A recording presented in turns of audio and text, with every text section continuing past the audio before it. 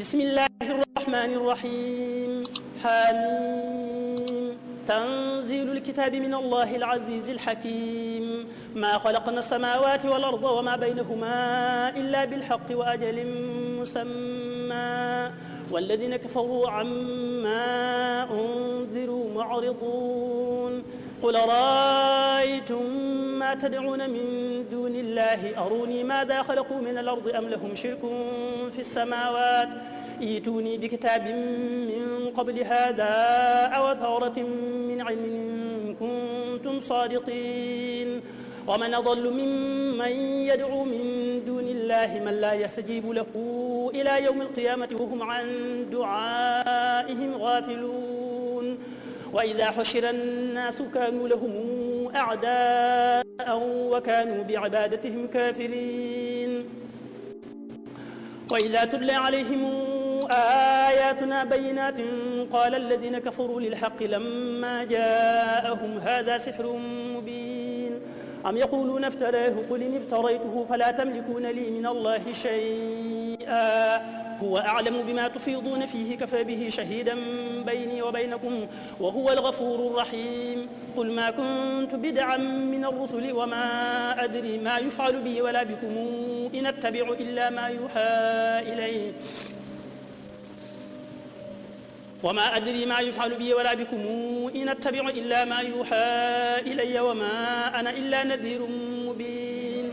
قل رأيتم إن كان من عند الله وكفرتم به وشهد شاهد من بني إسرائيل على مثله فآمن واستكبرتم إن الله لا يهدي القوم الظالمين. وقال الذين كفروا للذين آمنوا لو كان خيرا ما سبقونا إليه وإذ لم يهتدوا به فسيقولون هذا إفك قديم. ومن قبله كتاب موسى إماما ورحمة وهذا كتاب مصدق لسانا عربيا لتنذر الذين ظلموا وبشرى للمحسنين. إن الذين قالوا ربنا الله ثم استقاموا فلا خوف عليهم ولا هم يحزنون أولئك أصحاب الجنة خالدين فيها جزاء بما كانوا يعملون.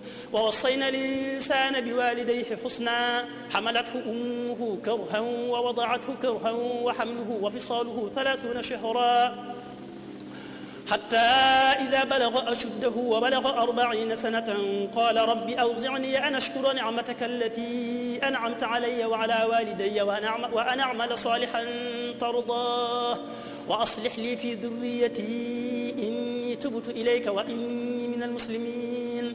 أولئك الذين يتقبل عنهم أحسن ما عملوا ويتجاوز عن سيئاتهم في أصحاب الجنة وعد الصدق الذي كانوا يوعدون. والذي قال لوالديه أف لكما أتعدانني أن أخرج وقد خلت القرون من قبلي وهما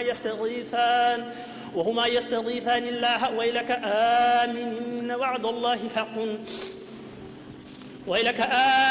وعد الله حق فيقول ما هذا إلا أساطير الأولين.